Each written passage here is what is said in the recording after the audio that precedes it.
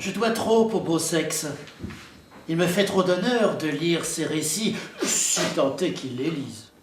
Comptons, mais comptons bien, c'est le point principal. C'est tout. À cela près, censeur, je vous conseille de dormir comme moi sur l'une et l'autre oreille. Censurez, tant qu'il vous plaira, méchants vers et phrases méchantes, mais pour bon tour, laissez-les là.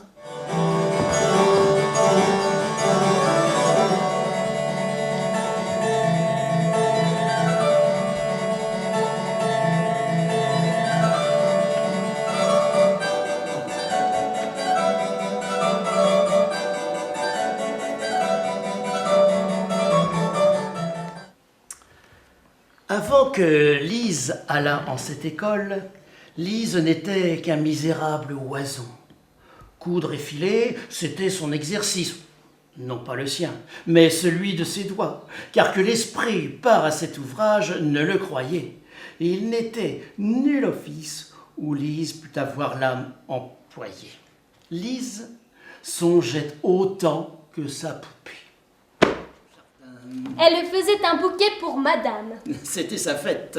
Voyant donc de la femme le bouquet fait, il commence à louer l'assortiment, tâche de s'insinuer. S'insinuer. En fait de chambrière, c'est proprement couler sa main au sein. Fleur de volée, tétron d'entrer en danse. Elle y prit goût. Le jeu lui sembla beau. Somme que l'herbe en fut encore froissée.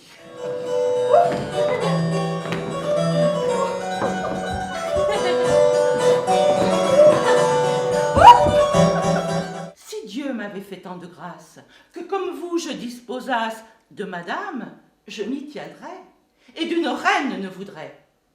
Il captivait sa femme cependant. De ses cheveux voulait savoir le nombre.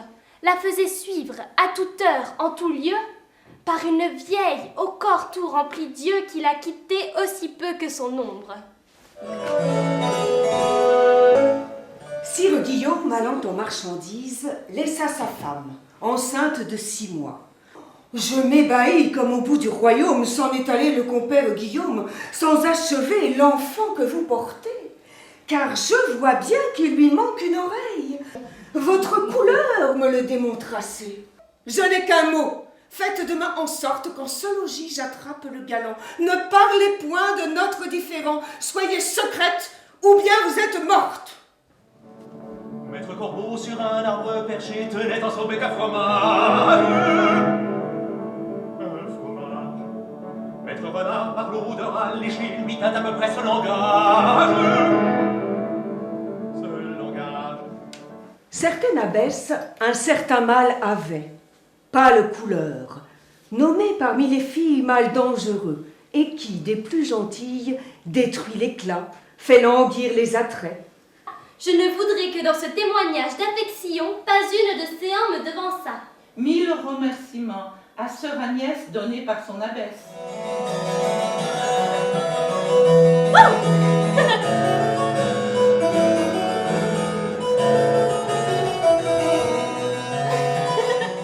Un jeune ermite était tenu pour saint. On lui gardait une place dans la légende. L'homme de Dieu d'une corde était saint, pleine de nœuds, mais sous sa houppelande logeait le cœur d'un dangereux paillard. Pour ne tirer plus en long cette histoire, il les reçut, la mère s'en alla, seule s'entend, la fille demeura. Tout doucement il vous l'apprivoisa, lui prit d'abord son joli bras d'ivoire, puis s'approcha, puis en vint au baiser, puis aux beautés que l'on cache à la vue. Enfin, le galant vous la mit toute nue, comme s'il eût voulu la baptiser. La signora mit au monde une fille.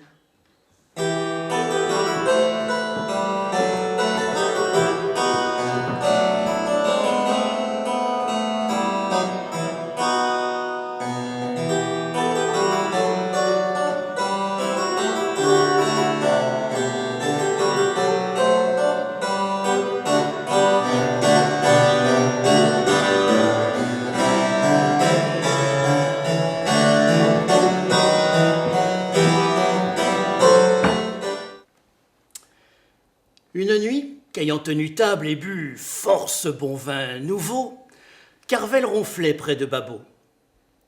Il lui fut avis que le diable lui passait au doigt un anneau.